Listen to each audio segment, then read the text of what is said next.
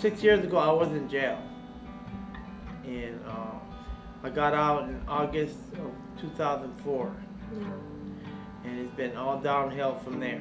I was living in a residential care facility. They went as far as to make your bed, clean your room, which I fought for a long time over.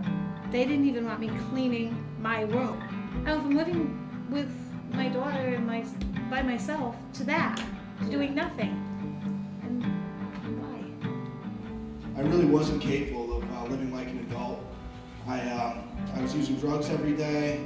I was living in a room with the Y and not really happy. I used to have my own business, cleaning and gardening. And since I became disabled, I became poor, and I was unable to keep my cars on the road. For about 2 years, I was riding my bike year-round, in the rain, in the winter, in the snow, and it was cold. And the wind is so cold in the winter that even the little zipper space, if you have a nice down coat on, even the little space in the zipper is enough for the wind to go right through you, and it's freezing. Mother, don't worry, I killed the last snake that lived in a creek bed.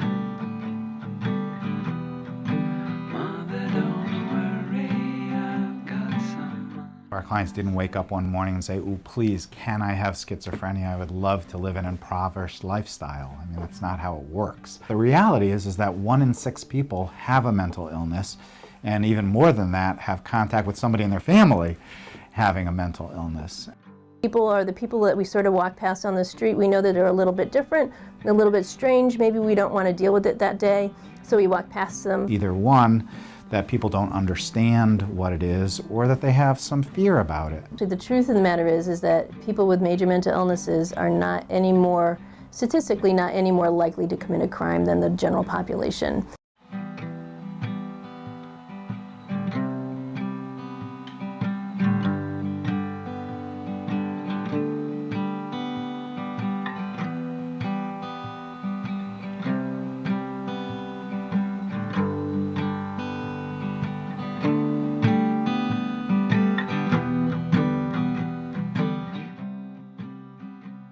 One of the wonderful things about working at Gilead in particular is that we're a private nonprofit, we're relatively small, and we very much so create our own agenda, our own philosophical approach to working with people. The premise of our mission is to help support individuals in their home, in group homes, supported apartments, but provide them the support that they need and help them with the independent living skills to integrate into the community. We provide a supportive environment, a therapeutic environment, where all the staff are constantly looking for and providing the kind of support that they need to be moving on to more independence. Makes a difference to me. Me too. Have case management that goes into people's apartments and helps them there. Anything else for you today, Gil? That's it. All right. It's really a continuum of whatever anybody needs, whether it's the stigma of it, or whatever goes on. For our clients, not only having to deal with the illness, but then having to deal with the ostracism or the stigma that comes around, it's really, it's amazing that they have the stamina to deal with that, because it's really hard. Our clients who have schizophrenia or a major depression, have to wake up in the morning or major anxiety and go through the entire day dealing with that. And then also to run into somebody, downtown on the street or in a restaurant or, when they're shopping or something like that, who, will take their kids and walk the other way. And our clients see that and they know that and they understand that. We're in the grocery store and somebody is talking to the cantaloupes while they're trying to figure out which one to take, and you see them and you think, oh, well, they're either talking to themselves or they're talking to somebody else. What's going on? It's a little bit odd. Those are all sort of the invisible people in society whose voices don't tend to get heard.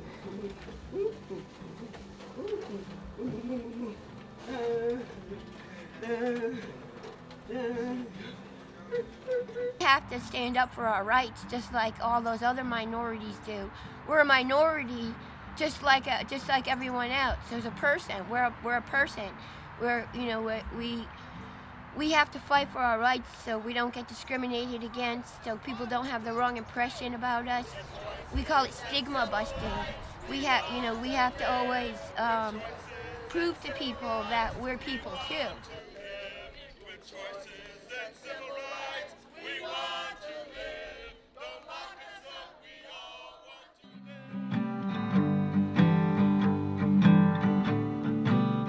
The beautiful thing about Gilead is that everybody advocates, on their behalf. Hartford! Who's going to Hartford? This is funny, we get to sign 2 letters because we don't know who won. You want to kind of weave into what you say is that, hi, we don't know who the new governor is yet, so we brought 2 letters of introduction. Why we're going to the Capitol, right? We want to get a jump on the competition. That's right. We want to let the folks know at the Capitol that we're here. We are determined to be heard. Yep. And we're not going away. We're not going anywhere. They're a beautiful program. It is.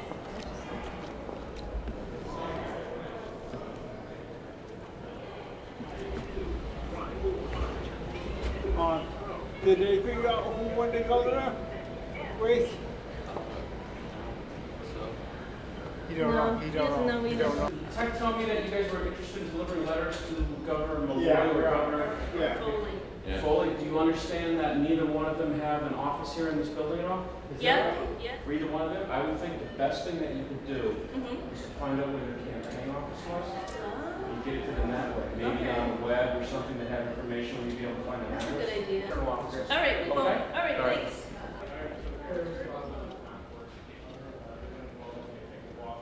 We tried to get to the governor's office, but no go. I didn't know who the governor was, so we've been going up and asking people, like, do you know who the governor is? Because we have 2 letters here and we want to deliver them. We're gonna go to the mailroom and deliver them there. All right.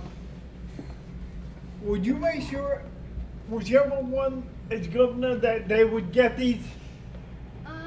I'll see what I could do. Thank you. Okay, you're welcome. Bye-bye. Bye. She didn't promise first, did she? She didn't promise first. Okay, bye-bye. Bye. Take care. Take care. Thank you for stopping by. Yep. Gilead is the experts. Even in my own family, my family is very liberal minded, and yet they don't understand mental illness the way that I do, the way that people here do. Say, for example, if I got in an argument with my mother, that would be an ordinary argument. If it was my brother, it would be an ordinary argument. Frank's in a bad mood, But if it was me, it would be, have you been taking your medication? Are you sure? And then she might even go behind my back and call my doctor and say, well, Jill's not the same that she usually is. I wonder if she's not been taking her medication. Gilead, it's people like you. It's focused on you. It's focused on the person and what they are and what they need, and that the person is a citizen, is an individual. Every time that I think of things, she says, "Oh, what a great idea!" and she always thinks the best of us. You should have seen last night in Victor Church. This gal, she did the green banners. Oh, it was fantastic. Oh, wow. Yeah, all during all the things, it was fantastic. Well, hello there.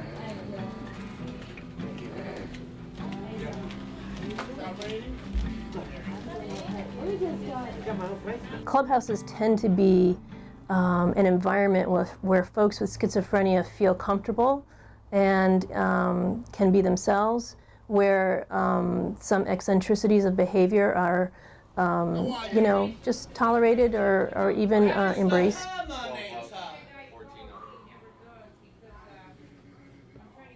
That's the Herminator. I am the stat man. He is the herminator. State to state, country to county, county to country, all over the world, ladies and gentlemen, Eric B. Arriving from London via Middletown, Connecticut. Everything that is done here to make this building function is done by the Gilead clients. So we have our own community here, and we take care of ourselves here. I would say that the social center is kind of the center of Gilead, in that you know, everybody wants a place where they can go to feel accepted and to at times hang out or go into the community, do outside trips, stuff like that. I'm at the social club, and I'm really enjoying myself. Thank you. All of us want to be accepted. All of us want to fit They're in. looking for something to do, something to be a part of, a way to give back to not only themselves, but their smaller community here of other folks that are in recovery and the community at large. We work with people on trying to help them understand, while validating the fact that they have the right to be whoever they are and whoever they want to be, and we appreciate them and love them for who they are. We teach people how to blend. How do you go out there and make yourself, you know, walk down Main Street with people not staring at you? They know about mental illness. They know what the people need and you know what they can and cannot do. They assess each person individually. Everyone needs support, and it doesn't mean you're not independent. There's nothing wrong with support. It enables you to be independent. Without Gilead, I might not be independent. I might not be able to do all the things I do because for that little bit of problems that I have, I wouldn't have that little bit of support that I need. But we won our rights to freedom, and we made me cry a little. We won our rights to freedom, and that's a really important thing, you know, to have the freedom, you know, freedom to be our own selves, you know, to be people that we are, to be part of the community, you know, to vote for who we want to vote for, you know, to have equal rights, equal pay. The person has their autonomy taken away, it makes them worse, not better. That's important because a lot of people become complacent when they have things done for them. Gilead is a place where it helped me out a lot going somewhere during the day, because usually there's nothing going on during the day. It helps to give you something to do rather than nothing. It was a 6-year journey.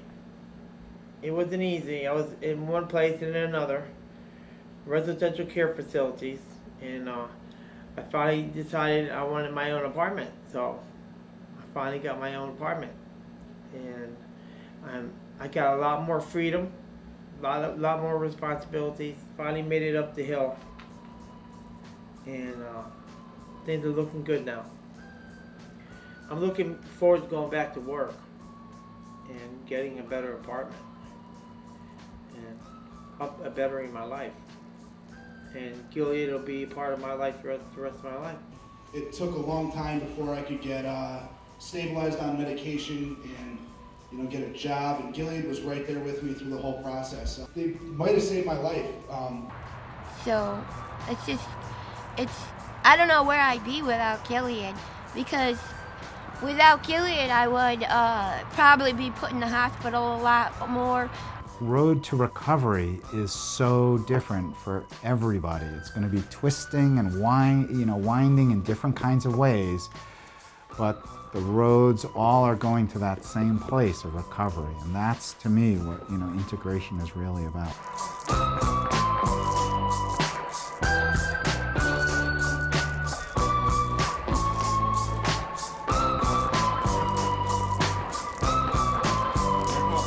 Hi, I'm